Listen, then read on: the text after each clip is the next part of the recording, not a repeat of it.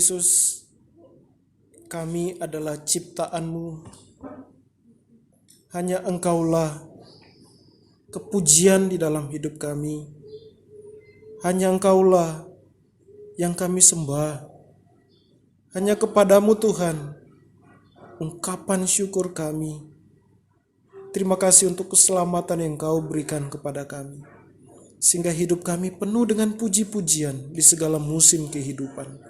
Saat ini pimpin kami dengan Roh Kudus-Mu untuk belajar firman-Mu. Biarlah hati kami, ya Allah Roh Kudus, menerima firman-Mu dengan sukacita, diinsafkan dari dosa, dan hidup di dalam pemulihan yang Engkau kerjakan dalam hidup kami. Sertai hamba-Mu yang akan membawakan firman Allah dan setiap jemaat yang akan mendengarkannya. Dan biarlah kami bukan hanya menjadi pendengar, tetapi pelaku firman Tuhan.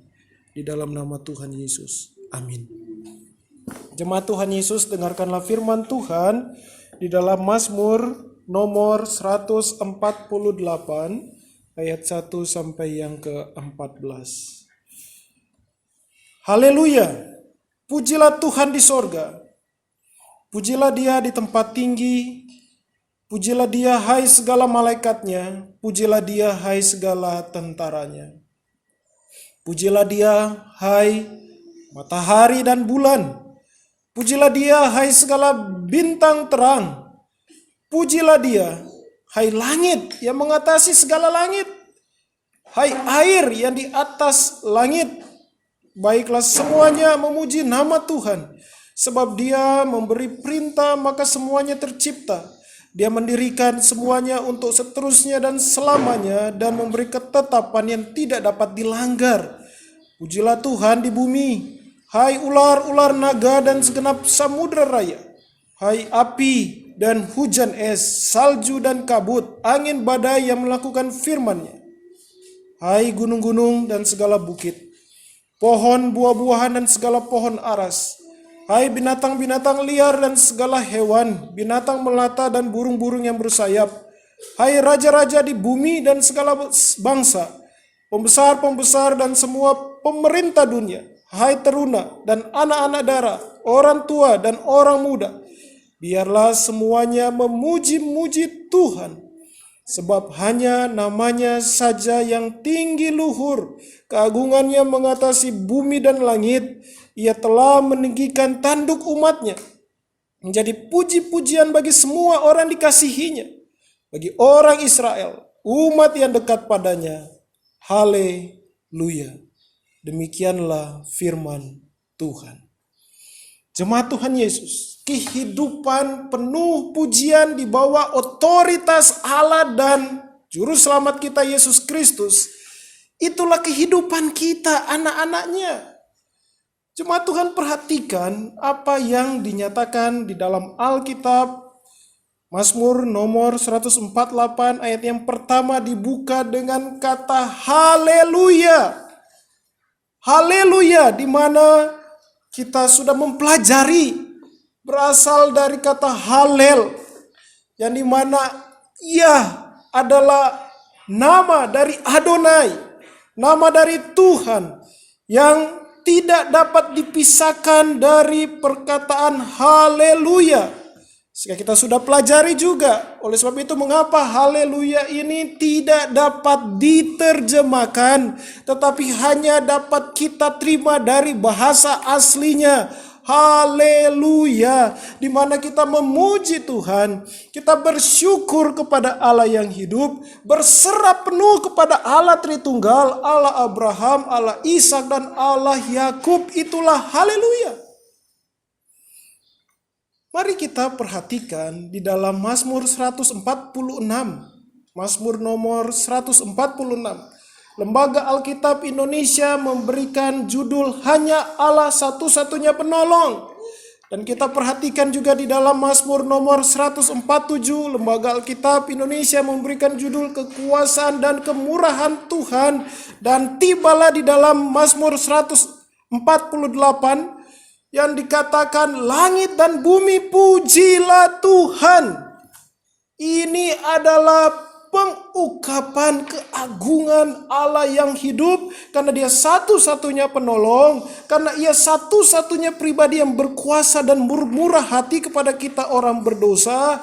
Oleh sebab itu, hanya puji-pujian yang diarahkan oleh alam semesta, dan khususnya kita, orang yang ditebus dengan darahnya yang kudus.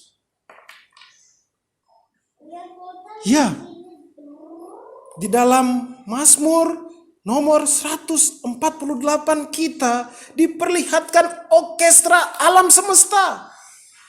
Kalau kita melihat di dalam ayatnya yang pertama sampai ayatnya yang ke-13, bagaimana paduan suara yang sangat indah, orkestra alam semesta yang sangat indah, memuji dan membesarkan Allah pencipta langit dan bumi.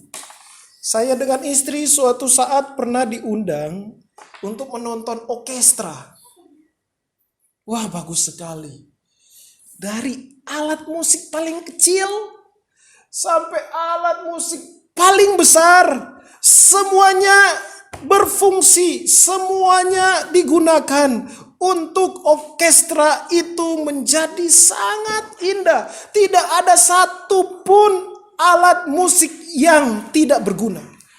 Tidak ada satupun alat musik yang tidak menimbulkan suara di dalam orkestra itu. Bahkan saya melihat ada alat musik yang kecil sekali, yang bunyinya hanya ting, yang segitiga, lalu dibawa oleh petugasnya dan bunyi ting. Wah, dengan bunyi itu semuanya itu sangat indah. Dan kita melihat di dalam Mazmur nomor 148 bagaimana semua ciptaan Allah memuji Dia. Oleh sebab itu jemaat Tuhan, mari kita melihat lebih dalam lagi. Dari siapakah puji-pujian itu? Di dalam Mazmur 148 ayat 1 dan 2. Pujian kepada Allah yang memiliki kuasa dan otoritas atas sorga. Kita melihat di dalam ayat yang pertama, pujilah Tuhan di sorga, pujilah Dia di tempat tinggi. Pujilah Dia hai segala malaikatnya, pujilah Dia hai segala tentaranya. Lihat jemaat Tuhan Yesus, bagaimana malaikat, bagaimana tentara bala surgawi memuji Allah yang bertata di surga. Mengapa? Karena mereka melihat kasih-Nya, karena mereka melihat kuasa-Nya, mereka melihat kemuliaan-Nya, dan dengan hati yang penuh dengan kesukaan memuji Allah yang hidup. Mari kita lihat di dalam ayatnya yang ketiga sampai ayatnya yang ke-6. Siapakah yang memuji Allah? Pujian kepada Allah yang memiliki kuasa atas ciptaannya di langit. Matahari, bulan bintang. Hai langit yang mengatasi segala langit. Hai air yang di atas segala langit. Baiklah semuanya memuji nama Tuhan, sebab Dia memberi perintah maka semuanya tercipta. Perhatikan saat kita memandang langit yang cerah di malam hari. Wah, itu bintangnya itu indah sekali. Waktu perjalanan misi ke kampung laut, atau ke Timor Leste, atau ke Jawa Tengah, dan lihat langit yang cerah itu di malam hari, kita hanya bisa kagum akan kemuliaan Allah. Alam semesta, jagat raya, galaksi ciptaannya, dan memuji Allah yang memiliki kuasa atas ciptaannya di langit. Perhatikan di dalam ayat 7 sampai yang 10. Siapa yang menaikkan pujian kepada Allah? Pujian kepada Allah yang memiliki kuasa atas ciptaannya di bumi. Perhatikan ayat yang ke-7. Pujilah Tuhan di bumi, hai ular-ular naga dan segenap samudra raya. Wah, waktu membaca ayat yang ke-7 ini, pujilah Tuhan di bumi, hai ular-ular naga.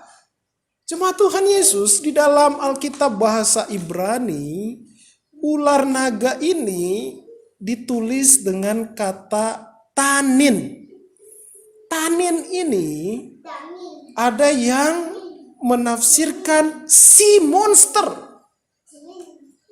laut, paus, dan begitu banyak makhluk yang ada di dasar laut yang sampai sekarang pun kita masih terkejut ilmuwan menemukan monster laut. Dan bisa juga ini diartikan dinosaurus. Bagaimana dinosaurus pun mereka memuji Allah. Dan perhatikan, hai api dan hujan es, salju dan kabut, angin badai yang melakukan firman-Nya. Yang dikatakan dapat ditafsirkan kata melakukan firman-Nya, dapat dikatakan juga yang takluk kepada firman-Nya. Badai. Siapa yang tidak terheran melihat badai tornado?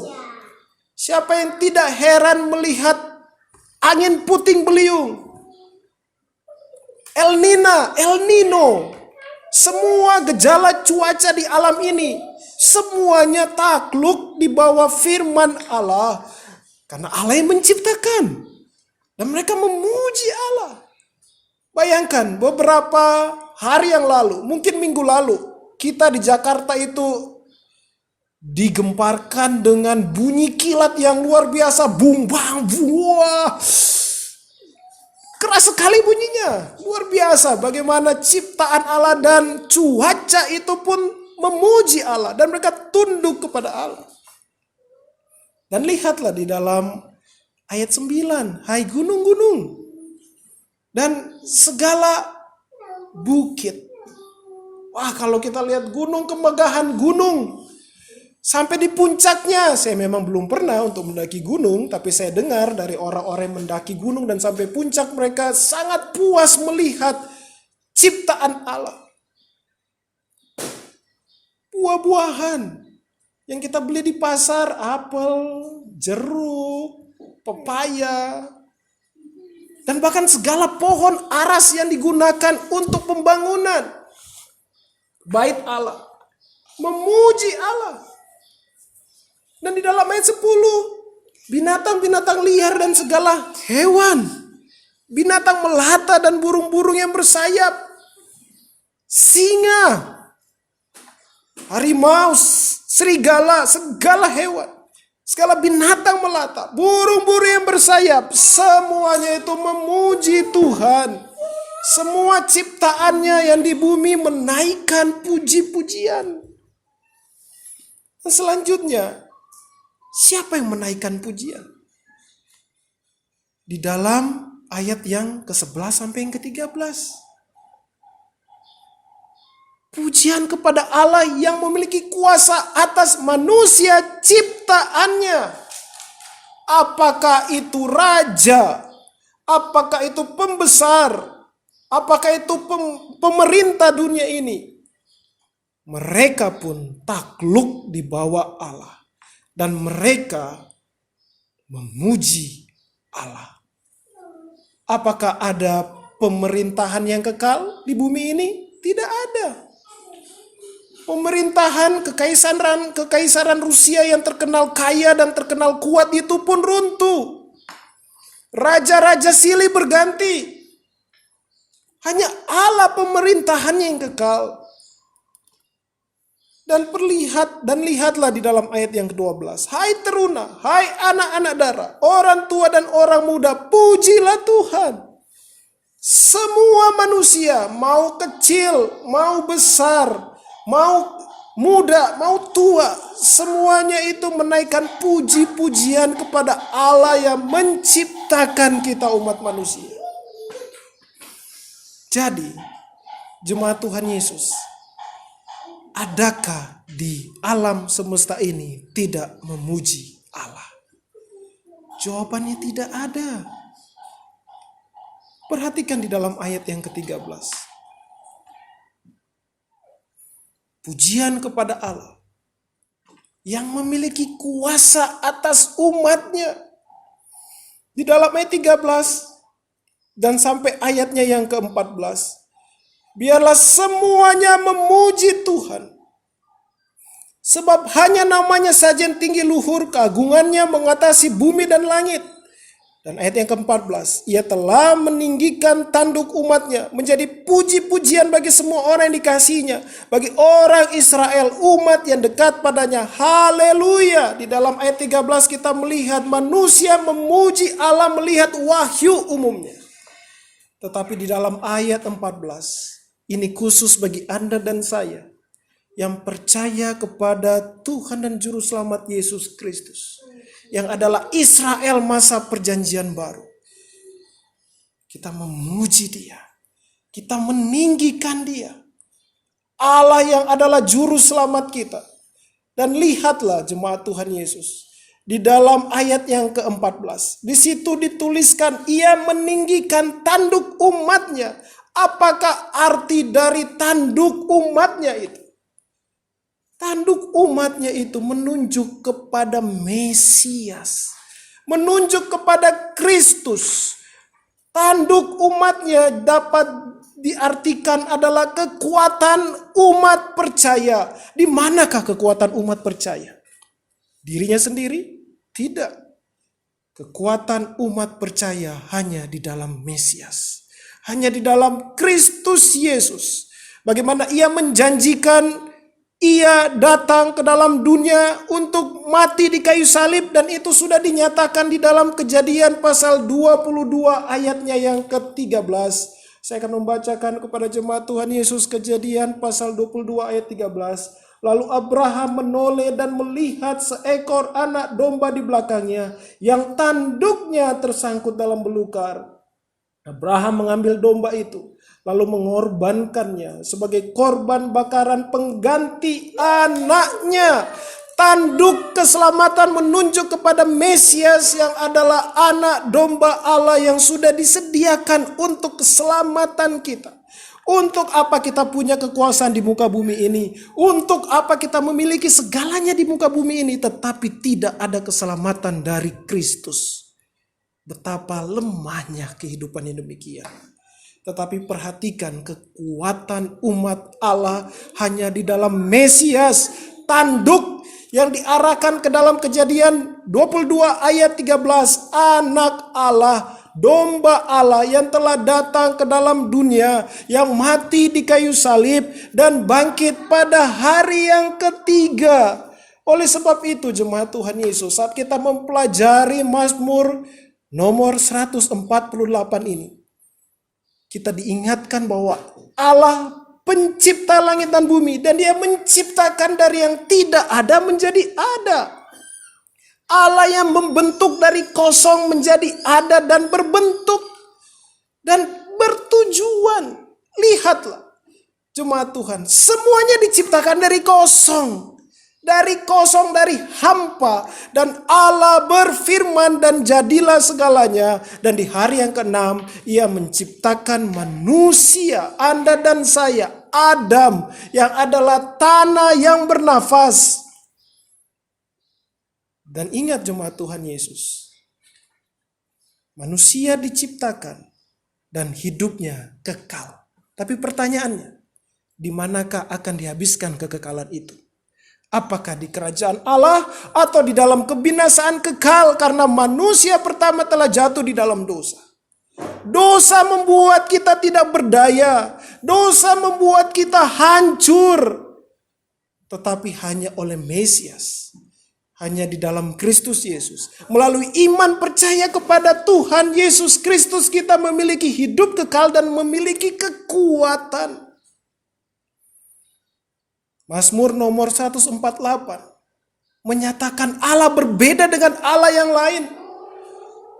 Allah-Allahan, Tuhan-Tuhanan, buatan manusia tidak berdaya. Perhatikan jemaat Tuhan, di dalam Yeremia pasalnya yang ke-10, ayatnya yang ke-11. Yeremia pasal 10 ayat yang ke-11.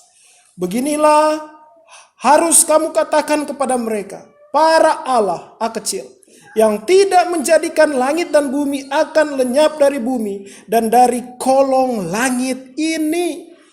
Jadi jemaat Tuhan Yesus, Allah buatan manusia, buatan dari iblis sang bapa pendusta itu akan lenyap. Tetapi barang siapa yang percaya kepada Allah yang hidup yang dinyatakan oleh Kristus Yesus akan hidup kekal bagi yang percaya kepadanya. Oleh sebab itu jemaat Tuhan, saat kita membaca Mazmur nomor 148 ayatnya yang ke-14, menunjuk kepada siapa sebenarnya? Menunjuk kepada Tuhan Yesus Kristus. Tuhan Yesus adalah yang empunya kuasa dan otoritas di sorga dan di bumi. Perhatikan jemaat Tuhan, di dalam Matius pasalnya yang ke-28.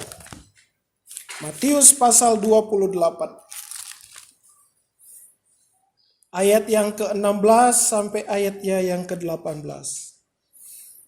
Dan ke-11 murid itu berangkat ke Galilea, ke bukit yang telah ditunjukkan Yesus kepada mereka. Ketika mereka melihat dia, mereka menyembahnya, tetapi beberapa orang ragu-ragu. Yesus mendekati mereka dan berkata, "Kepadaku telah diberikan segala kuasa di sorga dan di bumi." Jemaat Tuhan, perhatikan baik-baik. Kristus Yesuslah yang sedang diceritakan oleh pemazmur di dalam Mazmur nomor 148. Lihatlah, waktu Kristus ada di dunia ini 2000 tahun yang lalu, Ia membangkitkan orang mati. Kristus mencelikan mata orang buta. Kristus meneduhkan badai. Kristus berjalan di atas air. Dan Kristus Yesus mengalahkan kematian. Ia tidak lagi di kayu salib, ia tidak lagi di kuburan, tetapi ia sudah bangkit. Dan Kristus berkata di dalam ayat yang ke-18 Matius 28, "Kepadaku telah diberikan segala kuasa di sorga dan di bumi." Allah yang menerima segala puji-pujian di dalam Mazmur nomor 148 itu telah datang 2000 tahun yang lalu.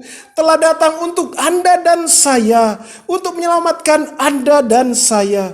Dan semua umat pilihannya, orang kudusnya di segala zaman dan di segala tempat. Dialah puji-pujian yang diarahkan alam semesta ini. Tetapi perhatikan baik-baik di dalam ayat yang ke-17 Matius pasal 28.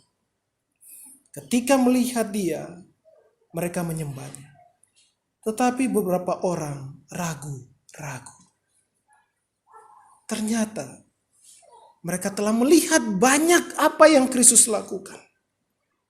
Melihat bukti kebangkitannya.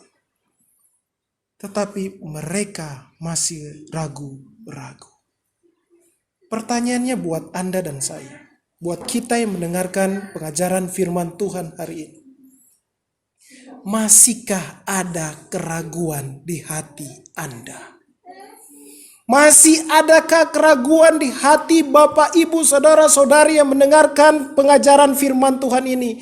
Untuk menyembah kepada Kristus Yesus di dalam pertobatan dan iman percaya. Masihkah kita ragu-ragu untuk meletakkan seluruh masa depan kita, hidup kita, dan kekekalan kita kepada Tuhan Yesus Kristus? Jika Anda masih ragu-ragu, lihatlah bahwa Kristus Yesuslah satu-satunya Allah dan Juru Selamat dan tidak ada yang lain. Siapakah yang berkuasa atas alam semesta? Siapakah yang berkuasa atas kematian kekal? Siapakah yang berkuasa atas dosa dan iblis? Hanya Yesus Kristus. Jangan ragu, percayalah kepadanya. Percayalah kepada Kristus dengan seluruh hati kita. Hati yang dibaharui oleh Allah Roh Kudus. Jemaat Tuhan Yesus, Allah berdaulat atas segalanya. Perhatikan kehidupan di muka bumi ini. Kita bersyukur, kita ada, kita hidup di generasi saat ini. Dan saya dapat katakan, menurut saya, ini adalah momen terberat di dalam kehidupan saya pribadi, keluarga, dan bahkan isi dunia ini. Mengapa saya bilang ini momen terberat? Corona di mana-mana. Siapa yang pernah bermimpi corona akan seperti ini? COVID-19. Kita melihat perang Armenia, Azerbaijan. Bangsa-bangsa mulai bergejolak. Keadaan di Timur Tengah. Keadaan di Eropa. Keadaan di Laut Tiongkok Selatan. Lihatlah juga. Demonstrasi di mana-mana. Di Indonesia termasuk. Di Eropa termasuk. Dan lihat juga. Keadaan ekonomi. Dunia. Minus 3%. Semuanya luluh lantah. Jika kita tidak di dalam Allah yang hidup, di mana kekuatan kita? Jika kita tidak memuji Allah yang hidup, betapa beratnya kehidupan ini. Oleh sebab itu, jemaat Tuhan Yesus, Anda dan saya, jangan khawatir dan gelisah hati kita. Allah berdaulat atas segalanya. Allah menciptakan segalanya. COVID-19 tidak lepas dari tangannya. Ekonomi bangsa-bangsa tidak lepas dari tangannya. Bahkan konflik yang terjadi pun tidak lepas dari kedaulatannya. Dan Kristus Yesus berfirman, marilah kepadaku, kamu yang letih lesu dan berbeban berat. Marilah datang kepadaku. Hidup ini adalah orkestra pujian pada Allah Tritunggal.